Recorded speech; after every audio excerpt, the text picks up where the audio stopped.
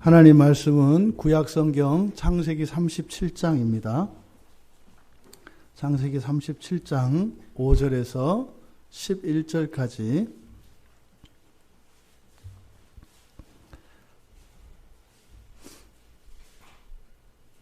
우리 같이 한 목소리로 함께 읽겠습니다.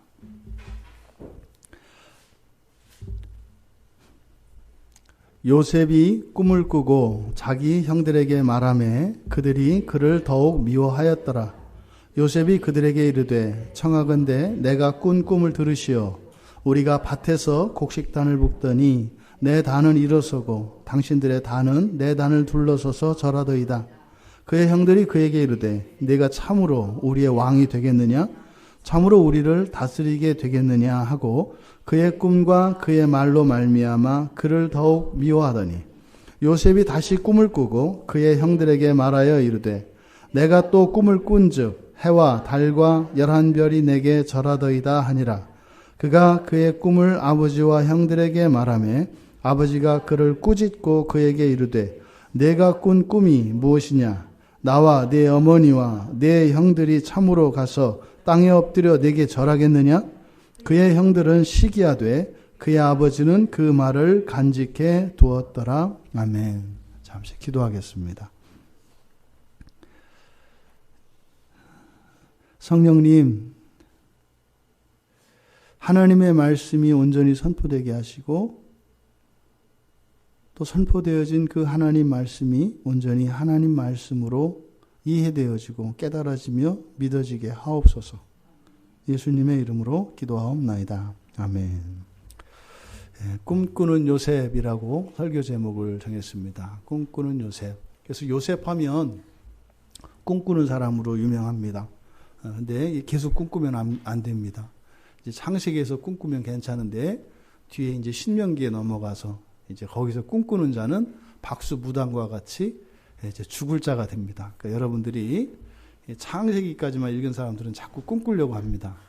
그러니까 자꾸 꿈 얘기하지 마세요. 꿈 얘기하면 신명기에 가면 이제 무섭도록 그렇게 박수무당과 동일하게 취급을 합니다. 근데 꿈꾸는 요셉. 근데 지금 여기서 꿈은 좋은 겁니다. 왜냐하면 이때 꿈은 하나님의 계시의 방편이기 때문입니다. 그래서 구약 성경에서 이렇게 꿈꾸는 자 이렇게 직접적으로 이 단어를 사용한 게 야곱 그리고 요셉입니다. 그래서 아버지 야곱하고 요셉은 꿈꾸는 부자예요. 꿈꾸는 부자. 부자가 아니라 아버지와 아들 부자. 그런데 꿈을 꾼다는 것, 이제 우리들이 가지고 있는 생각, 많이 왜곡되어 있는 것 중에 하나가 이 꿈에 대한 것입니다. 꿈을 갖는 것은 좋습니다. 그죠? 꿈을 갖는 건 좋습니다. 그리고 꿈이 있어야 합니다. 뭐 요즘 사람들에게 꿈이 없는 것이 심각한 문제를 일으키고 있죠. 그저 하루하루를 그냥 살아가는 겁니다. 그래서 꿈을 잃어버린 시대. 심지어는 요즘 청소년들을 설문조사를 했더니 85%가 없대요. 꿈이. 아예 꿈이 없대요. 그래서 요즘 청소년들 가운데 어떤 꿈을 가지고 있는 것만 해도 상위 15%는 된다. 그러니까 이렇게 꿈을 가질 수 있도록 하는 것. 이것이 사실은요, 우리들의 자녀에게 우리가 마음을 쏟아야 되는 아주 중요한 부분이라고 하는 현실을 우리가 인식해야 합니다. 꿈과 관련해서 이렇게 좀 감동이 되는 예화가 없을까. 그래서 이제 막 찾아봤습니다. 근데 이제 예전에 이제 제가 설교 때도 이제 사용했던 예화인데, 우리나라의 그 토크쇼, 이렇게 뭐 연예인들이나 이런 사람들 함께 나와서 이야기하고, 그래서 시청자들을 즐겁게 하는 그 진행자들 있지 않습니까? 그래서 뭐 우리나라는 어떤 남자, 이렇게 안경 쓰고 키 크고 마르고, 그래서 뭐 느님이라고까지 이렇게 별명이 붙었던 그 남자보다 더 유명한 여자 그 아나운서가 있습니다. 토크쇼 진행자 오프라 윈프리라고 하는 사람이에요. 오프라 윈프리라고 하는 사람은 흑인인데요, 미국 사람이고, 굉장히 그 불우한 그리고 굉장히 장점이 없는, 딱 하나 말 재주가 있는. 그래서 그 말 재주로 사실 인생 그 대박을 낸 사람이 그 오프라 윈프리라고 하는 사람이에요. 이 사람은 9살 때부터 이렇게 성폭행 당하고 굉장히 그 비극적인 인생을 살았던 사람입니다. 흑인에다가 체중이 한 100kg 나갔다 그러죠. 키 크지 않아요. 그러니까 이게 땅 넓은 줄만 알고 이렇게 하늘 높은 줄은 모르고 그렇게 살던 그 지방 방송국에서 이제 방송을 진행하다가 이제 그 여자가 그렇게 위대한 사람이 될 줄은 몰랐죠. 아마 미국 역사상에서 힐러리 다음으로 가장 영향력 있는 사람으로 꼽히는 게 이 오프라 윈프리라고 하는 사람이에요. 근데 그 톡쇼를 진행할 때 굉장히 감동스러웠던 톡쇼가 있었습니다. 꿈은 반드시 이루어진다. 이게 톡쇼 주제였어요. 어떠세요? 제목이 마음에 드시죠? 꿈은 반드시 이루어진다. 아, 그래, 이루어지고 싶어. 꿈이 있어야 돼요. 꿈은 반드시 이루어져야 된다. 이게 2004년에 있었던 겁니다. 2004년 9월 둘째 주인가 뭐 그렇대요. 근데 2004년에 있었던 그 이야기인데, 이 오프라 윈프리가 미국 전국에 이제 광고를 했어요. 내 가족에게, 그리고 내 친구에게 자동차가 필요합니다. 라는 제목으로 편지를 쓰라는 거예요. 그러니까 정말 특히 이제 미국은 우리나라에서 생각하는 자동차와 미국에서 생각하는 자동차는 달라요. 그죠? 거기는 우리처럼 전철도 없고요. 이렇게 시내버스 이렇게 없어요. 뭐 걸어서 10분 아니에요. 걸어서 며칠 이렇게 되는 거예요. 자동차는 미국에서 굉장히 생필품이잖아요. 그러니까 굉장히 이제 자동차가 없이 살아가는 사람들은 말로 다 할 수 없는 불편을 겪고 있는 사람들이거든요. 그래서 이제 그 딱한 처지에 있는 사람들에게 차를 주겠다는 거예요. 오프라 윈프리가. 물론 이제 이거는 그 GM이라고 하는 미국 자동차 회사에서 기획한 거였거든요. 그래서 그 광고를 했습니다. 그래서 그 편지를 받아가지고 그 편지에서 이제 그 사람들 가운데서 추첨을 해서 자동차를 한 대씩 주겠다는 거예요. 그때 나눠진 자동차가 그때 시가로 3,500만 원 정도. 굉장히 좋은 차입니다. 지금도 우리나라에서 3,500만 원이면 괜찮은 차거든요. 그러니까 지금 뭐 10, 한 4, 5년 전이니까 그때 그런 차가 상당히 좋은 차죠. 그럼 여러분 같으면 그 편지 쓰시겠어요? 네. 예, 쓰셨을 것 같아. 쓰셨을 것 같아. 근데요, 미국 전국에서 편지를 쓴 사람이 얼마나 됐을 것 같으세요? 전국에서. 네? 대략. 그냥 10만, 만, 1,000, 100 이런 단위로. 10만. 네? 10만. 네? 만. 이제 벌써 이제 출제자의 의도를 지금 생각하고 있어요. 지금 우리들이 이렇게 늘 이렇게 시험 보는 자세이기 때문에 1,000 할까 하다가 1,000은 너무 작을 것 같고 1,000명이 안 됐대요. 이해가 안 가죠? 근데 자동차를 준다고 했는데 그러니까 뭐예요? 자동차를 주는데 그것도 추첨할 거라는 거죠. 그러니까 무지하게 사람들이 많이 편지를 쓸 거고 또 그 가운데서 출제할 거니까 추첨할 거니까 나는 될 수 없다. 근데 웃기는 거 아시죠? 그 얼마 전에 미국에서 그 복권 상천이 막 밀려가지고 수천억 됐잖아요. 그러니까 확률은 더 낮아요, 사실은 그게. 그런데 어떻게 해요? 금액이 크니까 이제 막 그 줄 서서 복권 사고 막 난리가 났거든요. 복권 사러 비행기 타러 가고 그랬대요. 뭐 상금이 뭐 몇천억이었으니까. 근데 놀라울 정도로 적은 사람의 그 응모를 했대요. 276명이 응모를 했답니다. 그래서 그 사람을 다 초대를 한 거예요, 그 쇼에. 276명이 편지 썼던 사람들. 그러니까 그 편지들은 사실은요, 굉장히 절박한 사람들이죠. 진짜 꿈이 있었던 사람들이에요. 뭐요? 나는 자동차가 꼭 필요하다고 하는 절박했던 사람들이에요. 그 사람을 다 이제 초대를 했습니다. 스튜디오에 이제 다 모였단 말이죠. 그래서 이제 반드시 꿈은 이루어진다. 그럼 해볼까요? 반드시 꿈은 이루어진다. 쫙 해가지고 쫙 하고 쇼를 시작한 거예요. 그래서 이제 뭐 이제 톡쇼 진행하다가 중간중간에 이제 추첨을 하는 겁니다. 그래서 오늘 12분을 추첨하겠습니다.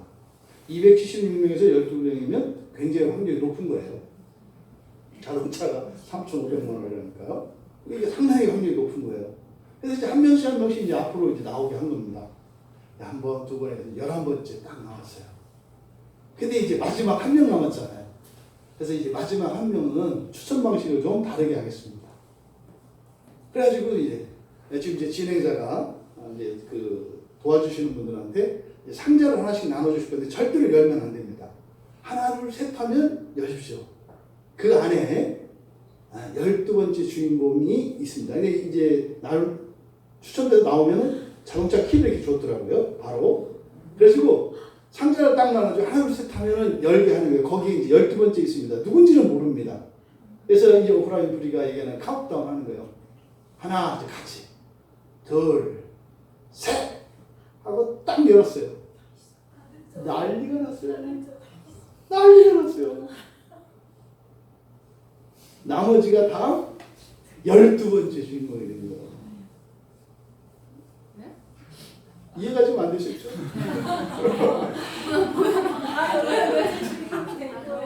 이 독신의 주제가 뭐라고 했어요? 꿈은 반드시 이루어진다.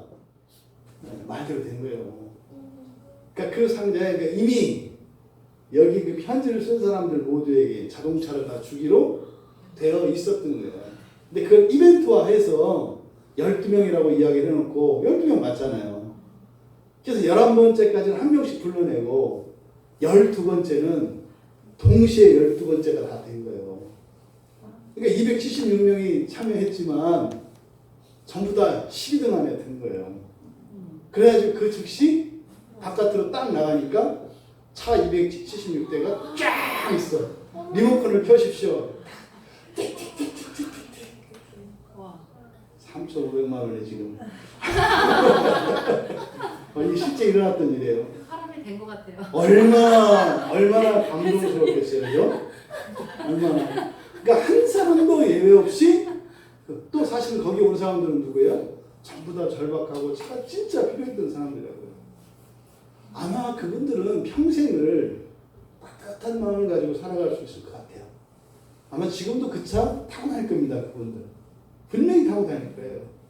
그리고 그날의 감동을 잊지 않고 살아갈 겁니다. 여러분, 꿈이라고 하는 것이 실현되었을 때 이게 굉장한 기쁨과 감격을 줍니다. 근데 오늘 우리가 함께 읽은 이 말씀을 통해서 이렇게 정말로 막연한 흐릿한 이런 꿈이 아니라 정말 반드시 이루어지는 꿈, 그 꿈의 정체, 그리고 그 꿈을 우리 모두 다 이루기를 원합니다.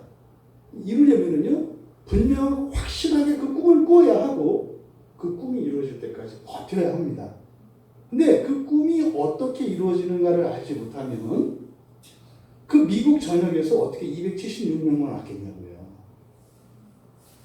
기회는 모두에게 있었다 이 말이에요. 그러니까 어떤 사람은요, 쓰고도 못 붙인 사람도 분명히 있었을 거예요. 분명히 있었을 거예요. 별의별 사람이 다 있을 겁니다.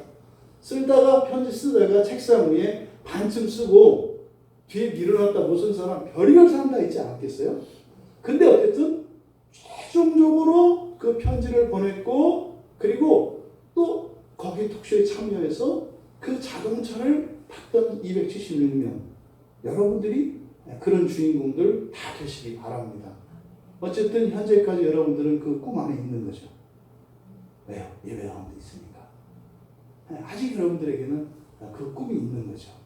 또 12번째 그 상자가 열릴 때 여러분들은 반드시 그 열쇠를 받게 될 것입니다. 근데 그거는 회사에서 주는 정도가 아니라 하나님께서 여러분에게 주시는 그 꿈, 그것이 반드시 실현된다고 하는 것입니다.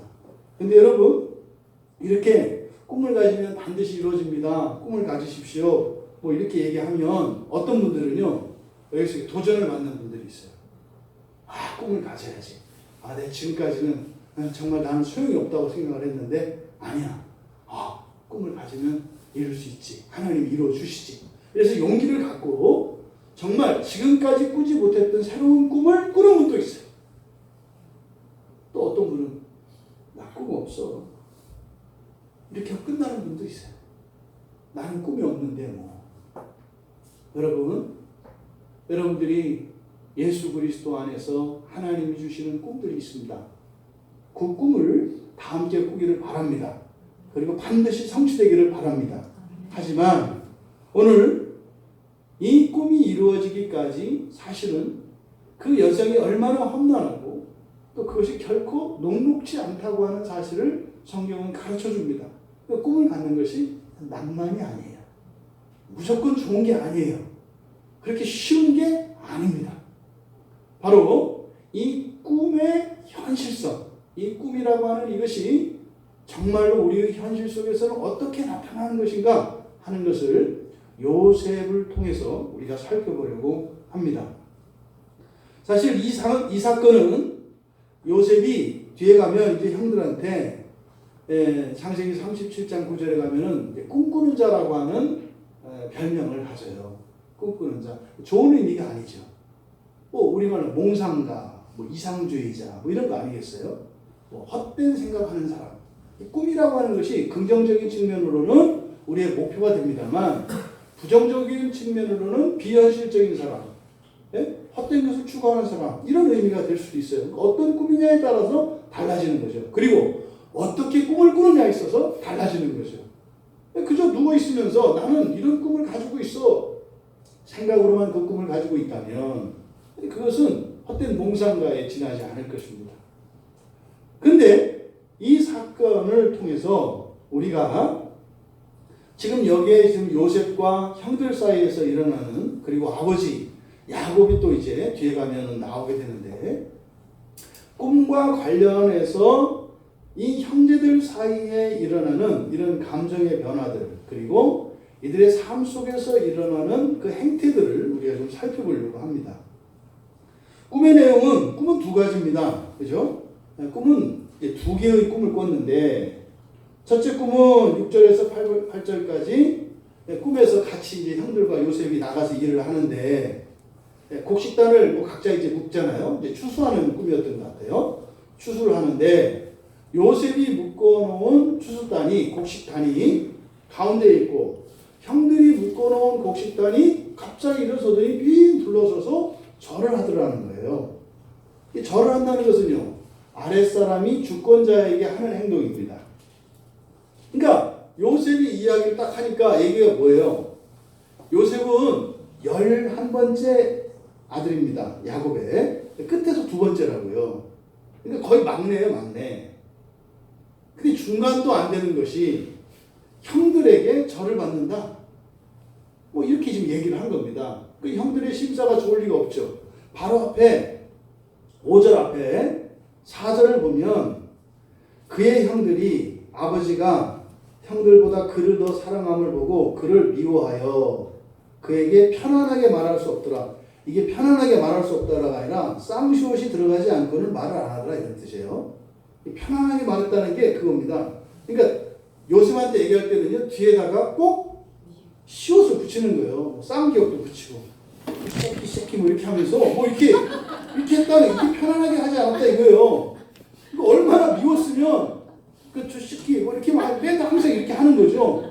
굉장히 미워하는 요셉이라고요. 그런데 형들의 그런 미움을 받고 있어요. 그럼 이런 꿈을 꿨어요. 그럼 저나 혼자 알고 있을 것이지, 그걸 갖고 쪼르르 와가지고 또 시키 하는데 거기 가가지고 또 그 얘기를 한 거예요. 형들, 내가 어제 꿈 꿨는데요, 형들이 한 곡식단이 내가 놓은 곡식단한테 막 둘러서서 절을 하던데요. 뭐라고 그랬겠어요? 시키 했겠죠.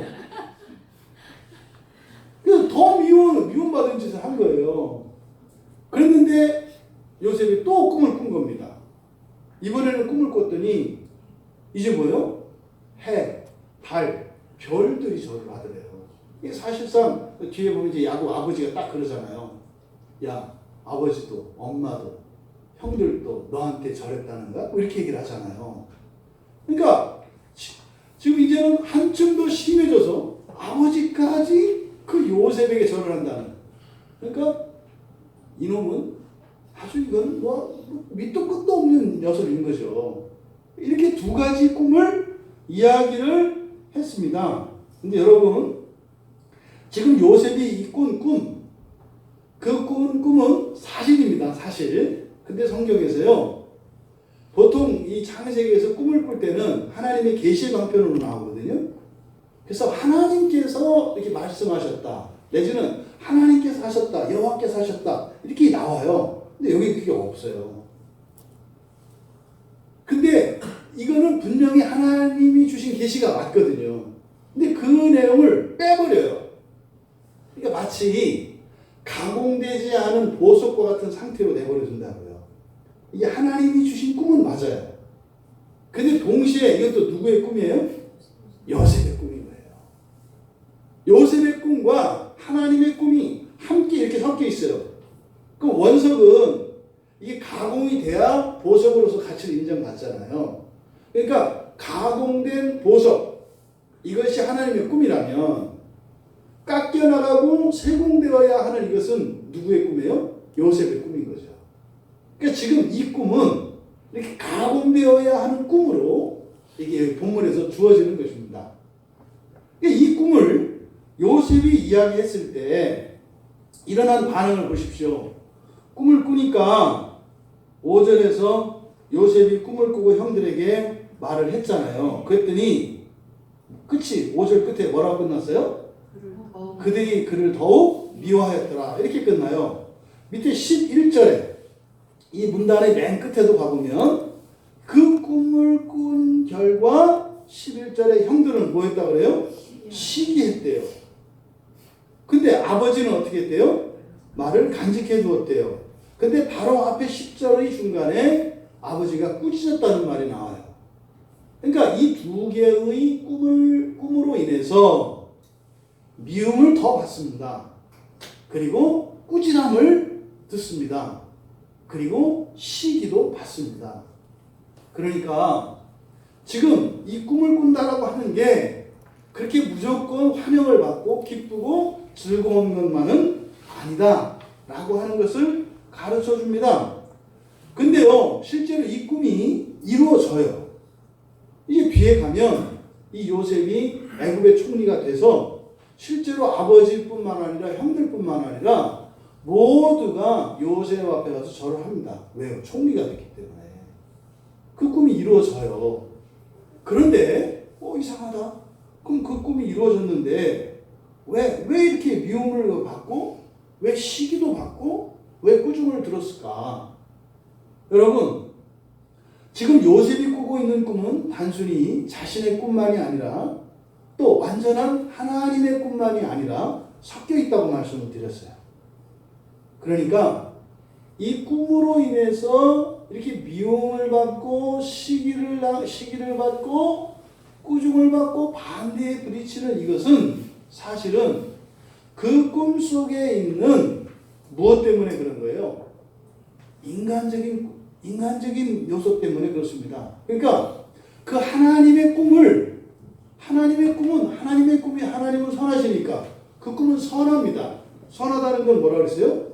좋다라고 그랬잖아요. 누구한테? 나한테. 나도 좋고 하나님도 좋고 이게 선하다는 거예요. 그러면 하나님이 우리에게 주신 꿈은 나한테 좋아요. 그 싫어할 리가 없다는 말이죠. 그런데 요셉이 그 하나님이 주신 꿈을 이야기를 했는데 형들이 뭐 했다고요? 싫어했다고요. 미워하고 시기했단 말이에요. 왜 그랬을까요? 그건 내 꿈이 아니라 네 꿈이라고 생각을 한 거죠. 내 꿈이 아니고 네 꿈이니까.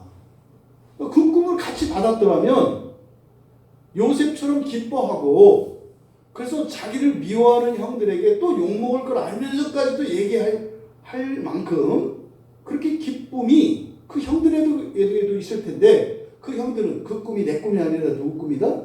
내 꿈이다라고 생각을 한 거죠.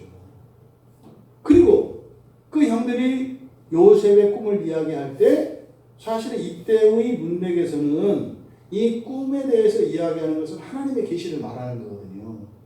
근데 그는 하나님의 계시로 보이지 않는 거예요. 요셉의 꿈으로만 보이는 거예요. 그러니까 미워하죠. 또 한편으로는 요셉에게도 이런 미움, 그러니까 다시 말해 하나님의 꿈은 사실은 계시잖아요. 하나님의 선하신 뜻이잖아요. 이것을 전달하는 요셉에게도 책임이 있어요. 그러니까 하나님의 뜻을 전하는데 그게 하나님의 뜻만 전하는 게 아니라 거기에 자기의 꿈까지 섞여서 이렇게 전달이 되면 사람들에게는 어떻게 해요? 이런 미움과 반대가 일어나는 거예요. 그냥 일반적인 설교자들은 성경을 전합니다. 근데 여러분들이 다 좋지 않잖아요. 왜 그래요? 거기에 제 꿈이 섞이기 때문에 그래요. 이렇게. 게다가 또 여러분들이 어떻게 한다고요? 그거를 이렇게 하나님의 말씀이 이렇게 선포되어지면 그걸 여러분의 말씀으로 받는 게 아니라 저건 목사님한테 주신 말씀이다. 뭐 이렇게 받거나 또 저에게서 보이는 앞서 말씀드린 것과 같이 그런 인간적인 부분들 이런 것들이 여러분한테 들어올 때 속에서요 이렇게 올라오는 게 있다. 그래서 이 꿈은 그냥 마냥 좋은 것이 아니다. 그러니까 앞에 1화에서 그 오프라 윈프리 쇼에 대해서 이야기를 했습니다만 그때 그 광고가 나왔을 때 사실은 그것조차도 그런 이벤트였습니다만 분명히 어느 회사에서 광고하기 위해서 만드는 어떤 기획물이에요. 근데 그거는 어려운 사람들에게 분명히 수혜가 돌아가는 거죠. 좋은 의미가 있잖아요. 그것은요, 하나님의 꿈이 거기 있어요. 농도가 다를 뿐이지. 근데 거기는 또 뭐예요? 기업의 어떤 광고라고 하는 그 기업의 꿈이 있죠. 또 그럼 오프라 윈프리는 자기 쇼를 이렇게 하고자 하는 그게 있죠. 근데 다 그것만 있는 거 아니에요. 섞여 있다 이 말이에요, 꿈이.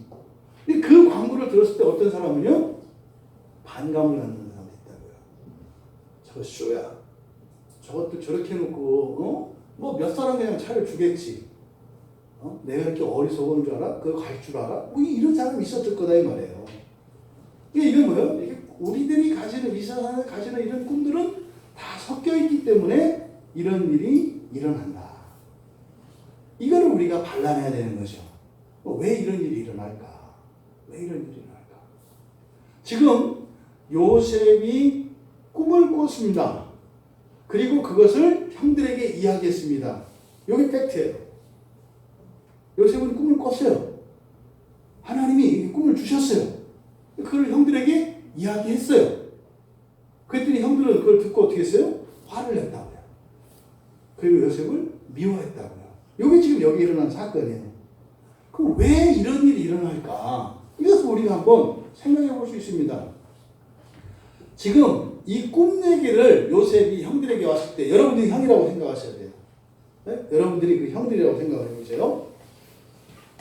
요셉은 근데 어떤 형들이에요? 미워하는 형이에요. 미워하는 형들이에요. 아주 맨날 시키시키 하는 사람들 다. 또 그럴 짓을 한 녀석이 와가지고 이쁘게 안 했을 것 같아요. 쪼르르 와가지고 얘기를 하는 거예요. 이 꿈 얘기를. 그랬을 때 한 번도 아니고 두 번씩이나 그 꿈 얘기를 했을 때 형들이 속으로 어떤 생각을 했을까? 이거는 미워도 너무 밉구나. 어쩌면 이렇게 미운 짓만 널 골라서 하니. 참 감사한 것은 내가 너를 맘 놓고 미워할 수 있다는 거. 미운 짓을 골라서 하니까. 뭐 그런 생각 충분히 했을 것 같아요. 근데 문제는 이때 당시에 그 문화적 배경, 그 시대적 배경에서는 이렇게 곡식단이 일어나서 절을 하고 하늘의 해와 달과 별들이 절을 하고 이런 건 평범한 꿈이 아니에요. 여러분 중에 돼지 꿈 꿔본 분 계세요? 의외로 없습니다. 의외로. 그 좋은 꿈이라고 하면 돼지 꿈, 똥꿈 이런 거. 네? 의외로 없어요. 근데 지금 이런 꿈 자체도 심상치 않다고 평범한 꿈이 아니라고요. 그리고 이때의 어떤 문화와 그때의 시대적 배경으로 볼 때는 하나님의 계시가 왔다고요. 그리고 한 번도 아니고 두 번이야. 그러니까 어떤 생각도 있었겠어요? 한편으로는 요셉은 미워. 근데 그 꿈 자체는 약간 두려움도 있겠죠. 야, 이거 진짜일 수도 있겠다. 이런 생각이 분명히 있었을 겁니다. 그러면요, 여러분 생각해 보세요. 이게 진짜라면, 안 그래도 지금 아버지가 맨날 요셉만 감싸고 돌아가지고 미워 죽겠는데, 하나님까지 얘를 지금 해서 왕으로 세우겠다. 사실 이거 절한다는 것은 뭐예요? 상속자예요, 상속자. 상속자가 된다는 거예요. 열째가 상속자가 돼요. 상속자가 되면 서열이 바뀌는 거예요, 이렇게. 그러니까 이게 진짜 일어날 수도 있겠다라고 하는 생각을 분명히 했을 거다. 분명히. 그러니까 이게 오만 가지 생각이 다 있었을 거예요. 그런데 그들이 하는 행동은 뭐였어요? 화를 내고 요셉을 욕하고 뭐 여기는 그렇게 안 나와 있습니다만 분명히 그랬을 거예요. 그들의 행동은. 그러면 하나님의 계시일지도 모른다라고 하는 생각도 있었고 또 이 행동 때문에 더 미운 마음도 있었어요. 근데 어떤 행동이 나올지 사실은 모르거든요. 근데 형들은 분명히 시기하고 더 미워했다 이렇게 얘기를 한다고요. 그럼 분명히 욕하고 뭐라고 했을 거예요. 꼴밤도 한 대 줬을 거예요. 왜? 뒤에 가면 죽이려고 하거든요. 그러니까 뭐 때리는 건 일도 안 했을 것 같아요. 그러니까 이런 생각을 이렇게 하나님에 대한 생각과 또 요셉에 대해서 가지고 있는 어떤 형으로서 이런 생각들이 혼재되어 있었는데 왜 이렇게 행동을 했을까? 그렇죠? 우리들이 행동하는 것은 우리들이 가지고 있는 이런 기준과 관계되어 있다고. 그럼 형들이 가지고 있었을 기준, 그 기준이 뭘까요? 가장 뭐 일반적인 거. 누가 누구를 섬기는 거예요? 형과 동생이 있으면. 네? 형이 동생을 섬겨요? 여러분, 동생이 형을 섬기는 거예요. 동생이. 네. 의견이 다르면 누가 누구 말을 따라야 되는 거예요? 동생이 형의 말을 따라야 되는 거예요. 뭐 동생들 너무 끌지 마세요. 그냥 그 기준이라는 거예요. 그래야 된다는 게 아니라. 네. 동생이 형을 따라야 한다. 그러니까 절을 하면 누가? 요셉 볕단이 그 형 볕단들한테 서열대로 와서 이렇게 절을 해야 되는 거지. 이게 형들이 가지고 있는 기준이죠. 일반적인. 그리고 이렇게 상속을 받는 상속권, 이것은 원래 장자가 받아야죠. 그리고 그 다음 둘째, 셋째, 넷째. 그래서 서열대로 내려야 되는 거죠. 근데 사실 요셉이 이 상속권을 받는 것, 상속을 받는 것은 거의 불가능한 거죠. 게다가 이 형들이 가지고 있는 그 야곱, 아버지 야곱의 사랑에 대한 어떤 기준이 있었을 거예요. 여러분들 생각에 형들은, 부모는 자식 사랑을 어떻게 해야 된다라고 어떤 기준을 가지고 있었을 것 같아요. 형들 입장에서. 부모는 자식을 어떻게 사랑해야 돼요? 평등하게. 똑같이 사랑해야 된다. 그 보통 평등 이런 거 생각하는 사람들이 누구냐면 못 받는 사람들이 그런 생각해요. 못 받는 사람들은 평등을 항상 외치는 거예요. 없는 사람들은. 그게 정의로운 게 아니에요. 그건 이제 그 사람은 못 받고 살았구나 이렇게 표시가 나는 거예요. 그런 기준이 생겨요. 왜? 내가 안 받아보니까 이게 불공평해. 그래서 어떻게 부모는 똑같이 사랑해야 돼. 이런 생각을 하는 거예요. 저는 그런 생각을 해본 적이 없어요. 미워하면 여러분들이 왜 그런다고요? 여러분들의 기준이 이제 이렇게. 그러니까 분명히 부모는, 아버지는 어떻게 된다? 똑같이 사랑해야 된다라고 하는 기준이 있었을 거예요. 이 형들에게는. 심지어는 하나님도 이걸 무시하면 안 된다. 이런 생각이 있었을 거예요. 그러니까 이런 것들이 어떻게 돼요? 하나님에 대한 생각, 아버지에 대한 생각, 요셉에 대한 생각, 이것이 합쳐져서 이들의 행동으로 나왔을 때는 반감으로, 화로, 미움으로 나온 거예요. 이런 기준에 의해서. 그러니까 형들 입장에서는 요셉을 더 미워할 수밖에 없는 거예요. 미워하는 것은 항상 뭐하다? 정당하다고. 정당하다고. 왜? 하나님 잘못, 아버지 잘못, 요셉 잘못. 그러니까 우리는 정의 이름으로 너를 미워하는 거지. 그래서 어떻게? 더 미워할 수 있어요. 이게 자기의 법에 따라서 그렇게 된다. 이게 지금 형들의 그 생각과 기준, 그들의 행동이 우리가 이렇게 너무 어렵지 않게 유추해 볼 수 있습니다. 그러면 요셉은 어땠을까요? 요셉은 이 꿈을 꾸고 지금 그가 할 수 있는 행동은요, 예측 가능할 수 있는 그 경우의 수는 얘기 안 할 수 있어요. 그죠? 얘기 안 할 수 있다고요.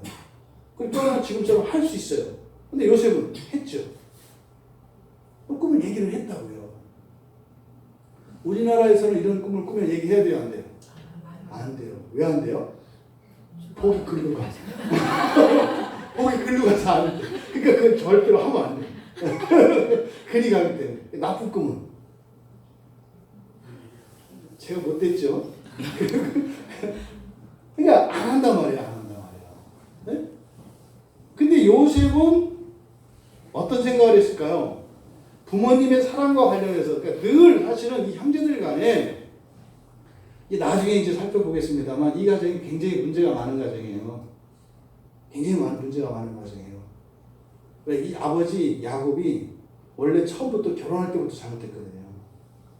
결혼하려고 했던 그 라헬하고 결혼하려고 했는데 외삼촌한테 사기당해가지고 갑자기 언니하고 그냥 신방을 차리는 바람에 코 깨가지고 산다고요. 그렇게 하다가 또 나중에 이제 뭐 아이가 안 생기고 이 자식 때문에 그 이제 4명의 아내를 두는데 둘은 자매고 둘은 몸종들이었다고요. 이 내 싸움에 이 세력 싸움이 엄청나게 많아요. 이 세력 싸움이 아주 복잡한. 그러니까 이 야곱이 아주 집에 가기 싫었던 사람이야. 집에 4명의 그 여자들이 서로 싸우고 막 시기하고 미워하고 막 이러거든요. 그러니까 이쪽 아내한테 가는 거죠. 셋 다 나빴지. 나만 착하지. 여기 갔더니 여기 또 거짓말쟁이지. 뭐 이렇게 되는 거예요. 거기다가 자식들까지 패거리가 나뉘어져 있었어요. 자식들까지. 그러니까 이런 그 가정 환경 속에서 지금 요셉이 치열한 생존 경쟁이에요, 사실은. 이 상황에 보면. 거기다가 힘은 아버지가 다 가지고 있거든요. 그러니까 요셉은 아버지한테 낙점을 받았잖아요. 특별히 사랑을 받았다고요, 특별히. 그러면 요셉의 생각에 부모의 사랑, 다시 말해서 야곱이죠. 부모는 자식을 어떻게 사랑해야 된다라고 어떤 기준을 가지고 있었겠어요? 잘하는 놈은 더 사랑해주고 잘못하는 놈은 사랑해주면 안 된다. 왜? 이 형들이 아버지 속이거든요. 그러니까 요셉을 보내요. 항상 일할 때. 왜 그러겠어요? 속인다고요. 이것들이 양 새끼를 하면 몰래 뒤다 빼다 팔아가지고 술 먹는다고. 용돈을 안 줬는데 술 취해갖고 들어와. 그 돈이 어디서 생기는 거냐고. 집에 양 갖다 판 거지. 이게 시골 산 사람들은 잘 알아요. 마늘 갖다 팔고 쌀 갖다 팔고 막 이렇게 해서 이렇게 풍요로울 때 집에서 뭐 들고 나온 거야, 걔들이. 그런 거거든요. 그러니까 그런 일이 많았어요. 근데 그때 안 했던 게 누구예요? 요셉이라고요. 요셉을 보낸 거죠. 믿을만 하니까. 그러니까 요셉의 입장에서는 사실 자신이 아버지로부터 이렇게 특별한 사랑을 받는 것에 대해서는 그럴 만한 이유가 자기에게 있다고 생각을 하겠죠. 근데 요셉의 입장에서는 충분히 그럴 수 있어요. 실제로 그렇게 살았고요. 그러니까 나는 그냥 뭐 특별히 뭐 이렇게 형들보다 특혜를 받거나 차별을 받는 게 아니라 그냥 공정하게 그냥 있는 그대로 그냥 사랑을 받는 거다. 내 분량을 받는 것 뿐이다. 이런 생각을 하고 있었을 거예요. 그런데 이 꿈을 꾼 거예요. 그럼 요셉 입장에서는 뭐겠어요? 네가 옳다. 너는 그 정도가 아니라 더 받아야 된다. 이런 생각을 한 거예요, 요셉은. 그러니까 매일 형들한테 구박받고 욕먹고 미움받다가 이 꿈을 딱 꿨으니까, 하나님의 계시를 받았으니까 뭐 하고 싶겠어요? 이제 형들한테 가서 얘기하고 싶지 않겠어요? 옳거니 요 얘기를 하면 이제는 형들이 나를 미워하지 않겠네. 그러니까 이 꿈 얘기를 했을 때 형들한테 미움받을 수도 있고, 그런데 한 것은 뭐예요? 하는 것이 요셉에게는 더 이익이 크다고 생각을 했기 때문에 한 거예요. 그러니까 뭐겠어요? 이제 그동안 이렇게 미움받는 이런 일이 이제 없어질 수 있겠다. 왜? 하나님의 계시니까. 이런 생각을 요셉은 충분히 했을 거예요. 그러니까 한 거라고요. 그러면 요셉이 가지고 있는 이 기준, 있잖아요? 사실 여러분 엄청 무서운 형들이에요. 그럼 지금 나이 차도 상당히 나거든요. 그럼 사실은 지금 첫째 그 루벤하고 요셉이면은 뭐 이렇게 말이 형이지, 뭐 거의 삼촌 이상, 삼촌보다 나이가 많은 형이거든요, 사실은. 그러면은요, 이거는요, 이렇게 말하기가 쉽지가 않다고요. 근데 여러분 생각을 해보세요. 이때 요셉 나이가 17살이거든요. 17살. 그러면 형들한테 가서 딱 이 얘기를 할 정도. 근데 이 얘기 내용은 형들이 기분 나쁜 내용이에요. 들으면 굉장히 기분 나쁜 내용이라고요. 근데 그거를 이야기했어요. 그러면 이야기를 이렇게 할 수 있었던 자기 어떤 기준, 자기 법이 있지 않았겠어요? 항상 자기 법은 어떻다? 의롭다 그랬어요. 항상 자기 법은 의로워요. 그러면 그 말을 전달하지 않을 수 없었던 요셉이 가지고 있던 법이 뭘까? 하나님의 뜻은 그대로 전달해야 된다는 거예요. 하나님의 뜻은. 그렇지? 안 그래요? 맞잖아요. 어떻게? 하나님의 뜻은 무조건 전달해야 된다. 설교자들이 저희들이 그런 마음이 있다고요. 네? 내가 가지고 있는 법이 나는 하나님의 말씀을 무조건 전달해야 돼. 완전히 전달해야 돼. 그럼 어떻게 성도들은 약간 힘들 수 있어요. 가감없이 막 이렇게 하니까. 근데 제가 그런 법을 갖고 있지 않아. 반대로 나는 성도들을 하나님의 말씀으로 행복하게 해줘야 돼. 이런 기준을, 이런 법을 제가 가지고 있어요. 그럼 어떻게 해요? 다 전하지 않고, 그리고 거기다 그냥 안 전하고, 거기다 미원 타서 전하겠죠. 먹고 만족을 해야 되니까. 내 기준에 따라서 전달하는 방식도 다르고, 전달하는 내용도 다르고, 전달하는 정도도 다 달라져요. 근데 요셉은요, 그대로 얘기를 했다고요. 그럼 요셉이 가지고 있는 그 기준은 뭐예요? 하나님의 말씀은 무조건 전해야 된다. 라고 하는 기준을 가지고 있었던 사람이에요. 그러니까요, 이 사람은 선지자적인 사람이에요. 요셉. 하나님의 말씀을 그냥 돌직구로 있는 그대로 선포하는 사람이에요. 요셉이. 그러니까 여기서 우리가 요셉에 대해서 조금 달리 보아야 되는 이렇게 어떤 그 근거가 여기서 발견이 돼요. 형들이 무조건 요셉을 미워한 게 보통 사람들이 요셉을 어떻게 이해하고 있냐면 아주 재수없고 저만 알고 막 이렇게 알아요. 그런데 이번에 성경을 보면서 발견한 건 뭐냐면요. 그렇지 않아요. 하나님 말씀은 곧이곧대로 전해야 한다라고 하는 기준을 갖고 있는 게 요셉이에요. 그래서 요셉이 꿈꾸는 사람이에요. 이해되세요? 하나님이 말씀을 주시면 요셉은 어떻게 한다고요? 그대로 전한다고요. 물불 안 가리고. 물불 안 가리고 전하는 거예요. 형들한테 얻어 터질 수도 있어요, 분명히. 그런데 그냥 전한다고. 이게 요셉이 가지고 있는 그 기준이에요. 그러니까 이렇게 난장판 것 같은 이 야곱의 집안에 신앙을 기준으로 딱 잡고 있는 사람이 누구예요? 요셉이었던 거예요. 요셉. 물론 그에게도 미숙하고 문제가 있어요. 그래서 뒤에 가면 야곱이 요셉이 한 말을 11절 끝에 간직해 두었다 그래요. 뭐예요? 야곱도 느낌 아니까. 나도 꿈꾸는 사람이거든. 알아. 뭔지 알아. 그거를 간직해 둔다고. 근데 그 앞에서 뭐예요? 꾸짖어요. 내가 선배니까. 그건 아니지. 있다고요. 그러니까 요셉은 하나님의 말씀을 전해야 한다고 하는 이 기준에 있어서는 맞아요. 근데 요셉에게는 미숙함이 있어요. 연약함이 있어요. 그게 사실 뭐예요? 하나님의 뜻과 함께 여기 자기의 뜻이 들어가는 거죠. 자기 꿈이. 이게 이제 사실은 설교자들의 고민이에요. 순전히 하나님의 말씀을 이렇게 전하고 싶은, 근데 거기다 살짝 얹고 싶은 게 있거든요. 표시 안 나게. 기가 막히게 여러분들은 알아채잖아요. 목사님 무슨 얘기하는지 알지? 그거잖아. 이렇게 나오잖아요. 방하는 건 아니에요. 틀릴 수도 있어. 근데 지금 요셉이 가지고 있는 이 기준을 통해서 기존에 우리들이 가지고 있는 요셉이 아주 이기적이고 자기밖에 모르고 그런 사람이라고 하는 인식은 바꿔야 돼요. 그 증거는 제가 뒤에 가서 말씀드릴게요. 그럼 여러분, 요셉이 이런 기준을 가지고 있었기 때문에 형들한테 그 꿈 얘기를 있는 그대로 다 할 수 있었던 거예요. 한번 여러분한테 여쭤볼게요. 지금 여기서 일어나는 이 사건 속에 지금 꿈을 꾸고 그 꿈을 요셉이 형들에게 이야기한 사건이에요. 이때 형들이 가졌던 그 형들의 마음속에서 일어났던 감정의 변화, 그리고 요셉의 마음속에 일어났던 그 감정의 변화, 이것들을 여러분도 한번 생각해 보시면 좋겠어요. 일단 형들은 요셉을 보기만 하면 어떤 감정이 올라와요? 미움 그 자체이잖아요. 미움 덩어리잖아요. 또 막 올 때 이미 미움이 확 올라오지 않겠어요? 미움이.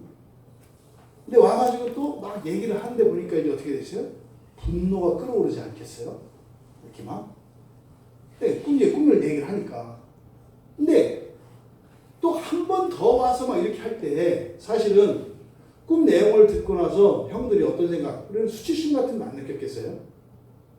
아니, 형들이 그 동생, 그 말째 거의 끝에서 두 번째 되는 그 녀석한테 절을 한다는 게 이게 불쾌하다고요. 그러니까 어때요? 수치스럽죠. 그런 마음이 이렇게 일어난다 이 말이죠. 그렇게 하면서 사실은 이런 일들의 발단이 야곱이라고 생각을 했을 거고, 아버지 야곱에 대한 원망 뭐 이런 거 있지 않겠어요? 그래서 나중에는요, 아버지에 대한 원망이 굉장히 컸어요. 루벤 같은 경우는요, 아버지 첩이잖아요. 아버지 첩을 범하거든요. 이게 복수행위예요. 그러니까 아버지에 대한 불만이 얼마나 컸으면 아버지의 부인을, 첩이지만 아무리 몸종이지만 라헬의 몸종을 범한다고요. 이게 있을 수가 없는 일이거든요. 그러니까 이들이 아버지에 대해서 가지고 있는 이 감정이 얼마나 안 좋았는지 알 수 있다 이 말이죠. 그러니까 이 요셉의 형들 안에 일어났을 이런 그런 감정들, 또 사실은 그 밑바닥에 내려가면 뭐가 있었겠어요? 두려움이 있다고요. 두려움. 요셉을 미워하고 괴롭히지만 이 꿈 얘기를 듣고 나니까 그동안 우리가 얘를 괴롭힌 거에 대해서 나중에 잘못하면 이것 때문에 해를 당할 수도 있겠네. 나중에 애굽 총리가 됐을 때 그 요셉이라는 걸 알고 형들이 벌벌 떨어요. 그러니까 사실 그 감정은 이때 가지고 있었을 거라고요. 나중에 잘못하면 이것 때문에 보복당할지도 모른다라고 하는 두려움, 이게 분명히 있죠. 거기다가 이제 꿈의 계시까지 들었으니 하나님에 대한 이런 두려움, 이게 있죠. 그러니까 사실 여러분, 이런 복합적인 감정이 들었을 때 여러분 어떤 결론을 내겠어요? 없애버려야 돼요. 없애버려야 돼요. 입죠. 장담이 이게 후환이 될 수 있죠. 또 지금 삶에서도 굉장히 불편을 하고 수치감을 일으키죠. 그 뭐예요? 악이에요. 형들의 입장에서 볼 때는 악과 같은 존재예요. 이 요셉이. 그러니까 사실은 결정적으로 이 꿈 얘기를 통해서 형들이 가지고 있었던 이 악한 감정들이 이제는 최고적으로 이제 막 익어가는 거예요. 네? 포도주가 있듯이 막 익어가. 감정. 무서운 거죠. 이게 지금 형들 안에 일어나는 감정의 변화입니다. 근데 그게 그냥 여기서는 더 미워했다, 시기했다, 이건 빙산의 일각이죠. 지금 그 밑에서 지금 발효되고 있는 이 감정은 어떤 일을 일으킬지 사실은 몰라요. 여러분 안에 있는 감정들이 그런 겁니다. 조심하셔야 돼요. 지금은 그냥 더 미워하는 정도로, 시기하는 정도로, 조금 멀리하는 정도로 이렇게 행동으로 나올 수 있지만 이 감정이 발효가 되면 어떤 일이 일어날지는 아무도 몰라요. 그러면 이러한 상황 속에서 요셉이 느꼈을 감정, 요셉은 좀 다르겠죠. 뭐 기쁨도 있고 즐거움도 있고 그래요. 그죠? 형들은 다 아버지한테 사랑 못 받는데 자기만 사랑 받으니까 그 때문에 더 즐겁거나 그러진 않아요. 왜요?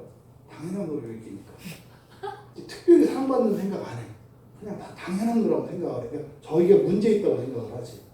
그러니까 어떻게 해요? 우월감, 자만심, 교만 이런 게 생겨요. 전혀 근데 본인은 모르죠. 왜? 나는 그냥 당연한 거거든요. 나는 당연한 거거든요.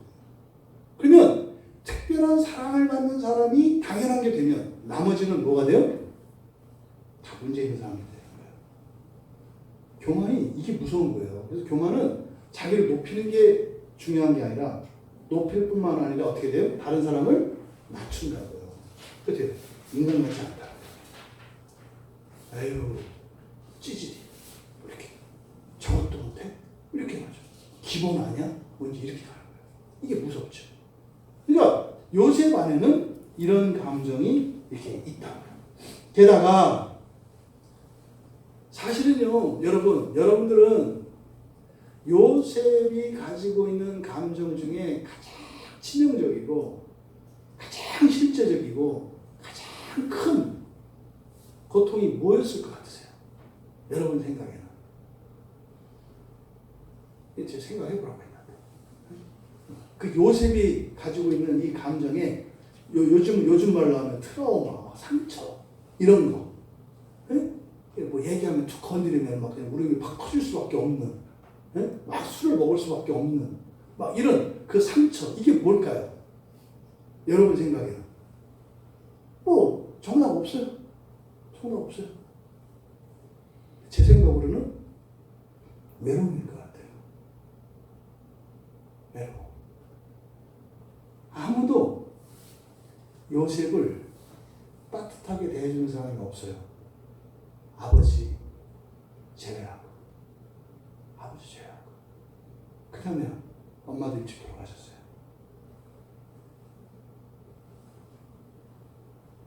큰 엄마, 작은 엄마 셋이 있어요. 다 자기 자식만 끼고 도는 엄마들이에요. 엄마의 보호 없어요. 아버지 하나가 나를 사랑해줘. 근데 아시잖아요. 아버지하고 함께 있는 시간은, 아버지한테 특별한 사랑을 받는 것은 하루 24시간 가운데 극히 제한된 시간이에요. 나머지는요, 고립무원에 놓입니다. 그러니까 요셉은 끊임없이 야곱에게 달라붙을 수밖에 없고, 다른 모든 사람들로부터 점점 외톨이가 될 수밖에 없어요. 그러니까 요셉이 동생 베냐민에 대한 사랑이 지극하거든요. 왜요? 이 세상에 아버지하고 동생 베냐민밖에 없어요. 여러분 어떨 것 같으세요? 어릴 때부터 이렇게 살았어요. 사람들은 자꾸 요셉을 닮으라고 그러는데 알고 하세요. 요셉이 총리가 되고 사람들이 그렇게 요셉을 부러워합니다만 요셉의 삶을 들어가 봐야 돼요. 그러니까 꿈이 뭔지 알아야 된다니까요. 사실은 요셉이 이런 꿈을 꾸게 된 이유 중에 하나가 외로움 때문이었을지 몰라요. 그래서 요셉은 성경에 안 나와 있습니다만 하나님 앞에 나아가서 기도하는 시간이 있었을 거예요. 아버지가 없을 때. 아버지 야곱이 떠나고 나면 하나님 도와주세요. 또 어떤 형이 나를 괴롭힐지 몰라요. 또 어떤 엄마가 나를 학대할지 몰라요. 이게 있었을 거예요. 불안함 속에서 살았을 거예요. 그러니까 이 외로움은 아주 정말 뼈가 시릴 정도였을 거예요. 여러분 그 뒤에 일어난 일들한테 철저하게 요셉은요 죽을 때까지 외로운 인생을 살아가요. 죽을 때까지 계속 외로워요. 총리가 됐을 때 사람들을 부러워하잖아요. 외로워요. 이방인이거든요. 요셉은요 바로로부터만 사랑을 받아요. 그 정적들이 얼마나 요셉을 넘어뜨리려고 했겠어요. 하나도 안 막혀요. 집에 있을 때 아버지 야곱의 사랑만 받고 형들로부터 미움을 받았던 것처럼 요셉이 애굽 총리가 됐을 때 바로 다음에 정말 버금가는 그 바로 외에는 온 애굽에 정말 절대 권력자의 자리에 있었죠. 권력이 있었죠. 그거 갖고 뭐 할 거예요? 사랑받는 거 갖고 뭐 할 거예요? 나하고 같이 놀 사람도 없고 수다 떨 사람도 없고 같이 이렇게 경치 보러 갈 사람도 없고 차도 같이 마실 사람도 없는데 너무 좋은 게 있어서 나눌 사람도 없는데 외로움은 무서운 겁니다. 근데 사실은 그 외로움이 요셉으로 하여금 하나님을 추구하게 했던 것 같아요. 근데 외로우면 하나님을 추구하나요? 외로우면 죽어요. 굉장히 위험한 겁니다.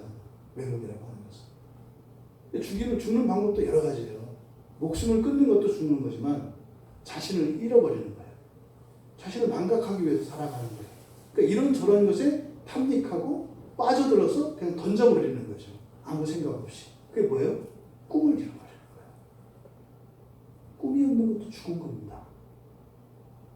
꿈이 없으면 죽은 거예요, 여러분. 꿈이 없이 사는 사람은 죽은 삶이라니까요. 근데 요셉은 죽지 않았어요. 꿈을 가진 사람. 사실 그 앞에 수식이 붙어야 되는 거죠. 죽을 만큼 외로웠지만 하나님을 의지하고 꿈을 놓지 않고 끝까지 믿음의 승리를 이룬 사람. 요셉은요, 끝까지 이 외로움을 극복하지 못해요. 하지만 믿음을 놓지 않아요. 그래서 히브리서에서 요셉을 믿음의 선지로 이야기할 때 뭘 얘기하냐면, 그는 믿음으로 꿈을 이루었다 이렇게 안 해요. 노예가 됐는데 믿음을 가지고 꿈을 가지고 끝까지 포기 안 해서 이렇게 얘기 안 해요. 왜요? 자기 유고를 가나안 땅에, 약속의 땅에 가져가겠다 말이에요. 평생 뭐였어요? 외로움이 사라지지 않았어요. 근데 그는 어디서 위로를 얻었어요? 하나님 나라에서 위로를 얻었어요. 심지어 형들을 다 용서해주고 이렇게 했는데도 외로움이 해결되지 않았다고요. 늘 거리를 두고 있는 형들을 봤을 거고, 늘 거리를 두고 있는 주변 애굽의 신하들을 봤을 것이고, 늘 일정 거리 이상 들어오지 않는 사람들 속에서 한평생을 살았던 사람이 요셉이에요. 오직 하나님 한 분밖에 바라보지 않았어요. 그게 요셉입니다. 여러분들이 가지고 있는 요셉에 대한 생각, 그리고 여러분들이 가지고 있는 이 꿈에 대한 생각, 이것들을 성경에 따라서, 그리고 보다 더 현실적으로, 실제적으로, 우리가 구체적으로 생각을 해볼 수 있게 되기를 바랍니다. 근데 왜 요셉이 이 꿈을 하나님의 계시라고 어떻게 알 수 있었냐, 근거가 뭐냐, 이렇게 물어볼 수 있어요. 성경이 그렇게 정확하게 얘기하지 않았으니까 저의 해석일 수 있잖아요. 목사님은 그 꿈이 하나님의 꿈이면서 동시에 요셉의 꿈이라고 얘기했는데 성경적으로 근거가 뭐냐, 하나님의 꿈이라는 게 어디 나와 있냐, 이렇게 물어볼 수 있다고요. 그 증거가 뭐냐면 5절에 마라메라고 하는 단어예요. 요셉이 꿈을 꾸고 자기 형들에게 마라메. 이 마라메가 뭐냐면 나가드라고 하는 동사거든요. 나가드가 뭐냐면 성경에서 맞서서 반대편에서 담대히 말하는 거예요. 그러니까 어때요? 적이 된다 이 말이에요. 형들과 이 꿈을 얘기하면 뭐가 된다고요? 적이 된다는 걸 알았다고요. 그런데 이렇게 말을 해요. 그러니까 반대편에 서서 담대히 말한다 이 말이에요. 그러면 형들 전체의 반대편에 서서 담대할 수 있는 건 뭐겠어요? 아버지 야곱이 시켰거나, 근데 뒤에 가면 아버지한테도 그런다고요. 그럼 누구예요? 하나님이 시켰기 때문에 한 거예요. 그러니까요, 반대편에 서서 담대히 말할 수 있었던 거죠. 그 다음에 두 번째가 6절의 동사예요. 6절에 보면 요셉이 그들에게 이르되 청하건대 내가 꾼 꿈을 들으시오 그랬어요. 이게 우리말로 완곡하게 지금 번역을 해놨기 때문에 오히려 원문의 뜻이 안 나타나요. 명령문으로 써 있어요. 이게 뭐예요? 샤마는 들으란 말이에요. 들으시오! 이렇게 얘기합니다. 형들한테. 이 꿈 얘기를 하는데 형들한테 뭐예요? 형들 들으시오! 이게 뭐겠어요? 선지자가 하나님 백성들에게 하나님의 말씀을 선포할 때 하는 거예요. 들으라. 형들한테. 이건 동생이 형들한테 쓸 수 없는 말이에요. 들으라. 왜요? 하나님의 말씀이니까. 하나님의 말씀이니까 들으라. 이렇게 얘기한 거예요. 또 9절에 가면 요셉이 다시 꿈을 꾸고 그 형들에게 말하여 이르되 그랬어요. 이르되가 아마를 말하다예요. 우리말로 그대로 직역하면 말하여 말하되. 둘 다 말하다라고 하는 동사거든요. 근데 앞에 말하여 이르되라고 하는 이 말하여라고 하는 것은, 이 단어는 카파르라고 하는 말이거든요. 카파르는 세마다, 계산하다, 깊이 생각하다 이런 뜻이에요.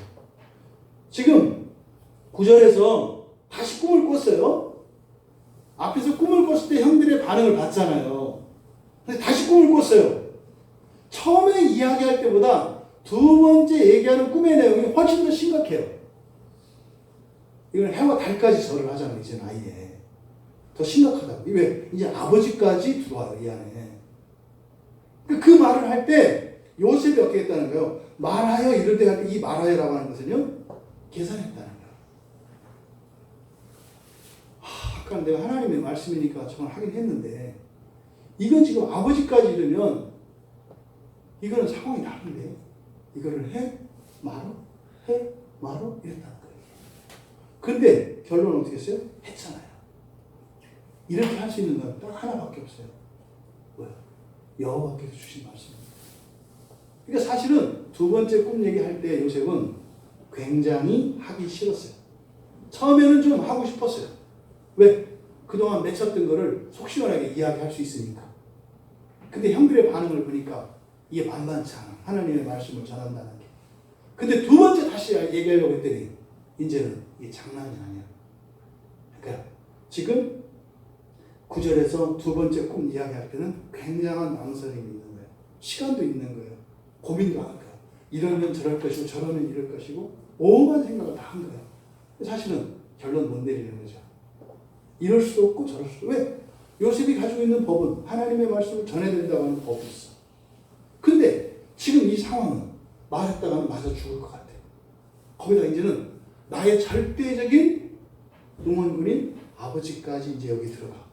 그러면 그나마 지난번에는 아버지라도 좀 있었으니까 형들이 그냥 말려라도 줄 거 아니에요. 근데 이제 아버지까지 몰아서 가니까 잘못하면 진짜로 전사할 수도 있어. 순교할 수도 있어.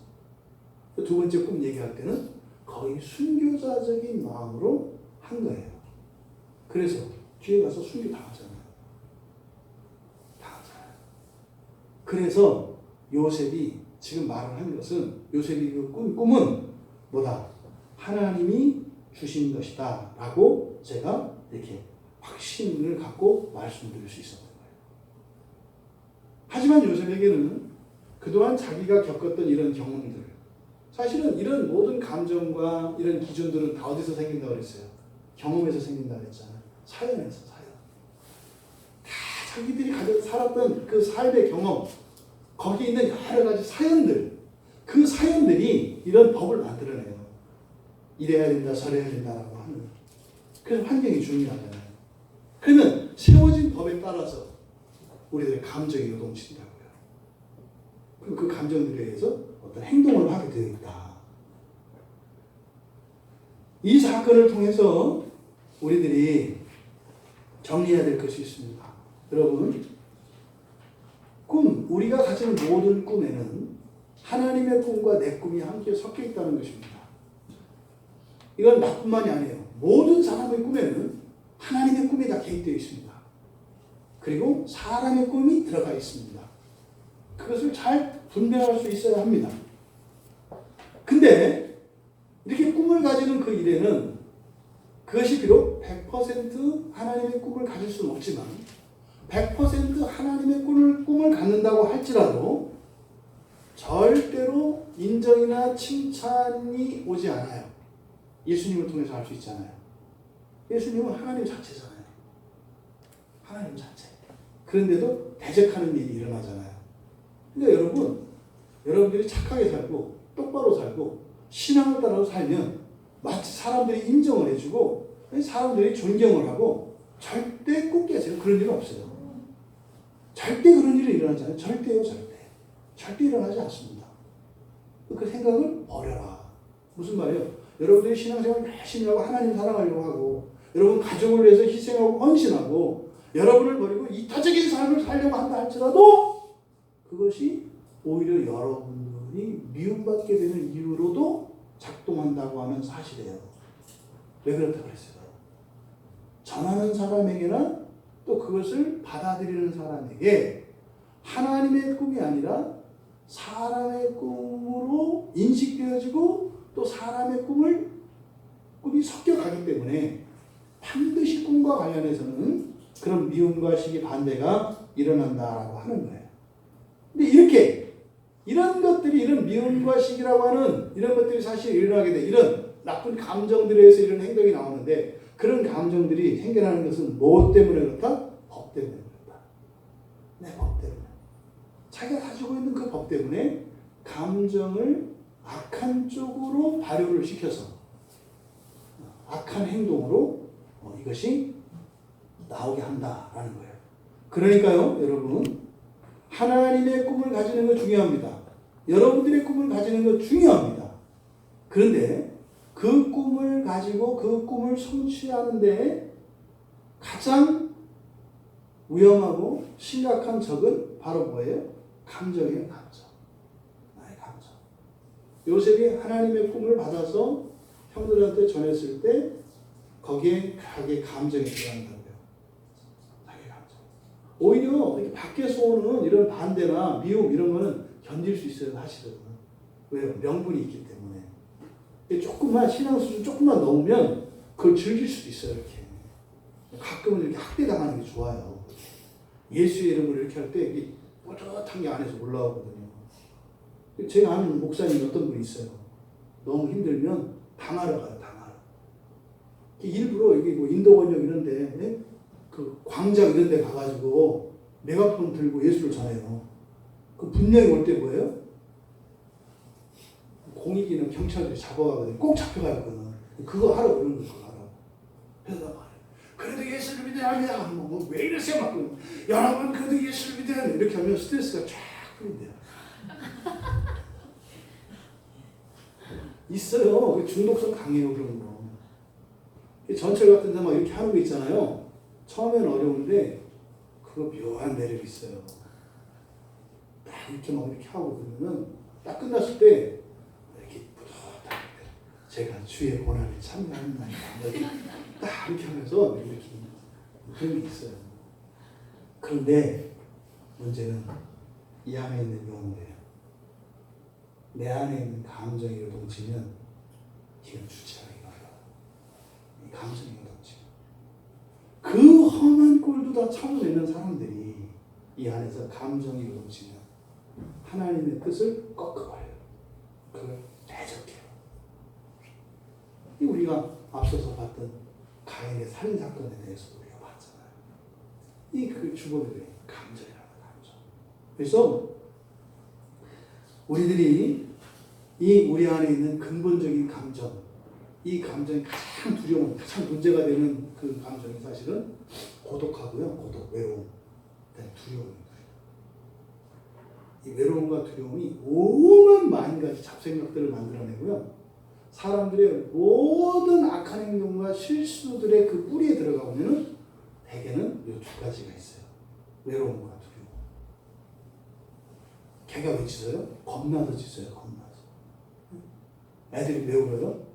엄마가 놔뒀고 영원히 안 돌아올까봐 울어요. 외로움에 대한 두려움이 있다고요. 왜 사람들이 막 잘난 체해요? 나 따돌릴까? 왜 화장실 가고 싶은데 안 가요? 나갔을 때 뒷담할까? 외로워지기 싫어.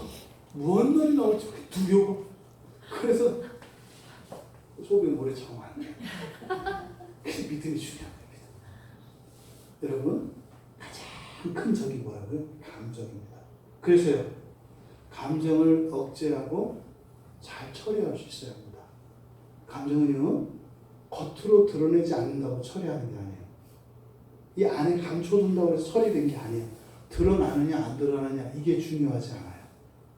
이게 내 마음에서 요동치고, 이게 나를 우울하게 만들고, 나의 힘을 빼고, 이것이 나를 끌고 가는, 이게 문제예요, 사실은.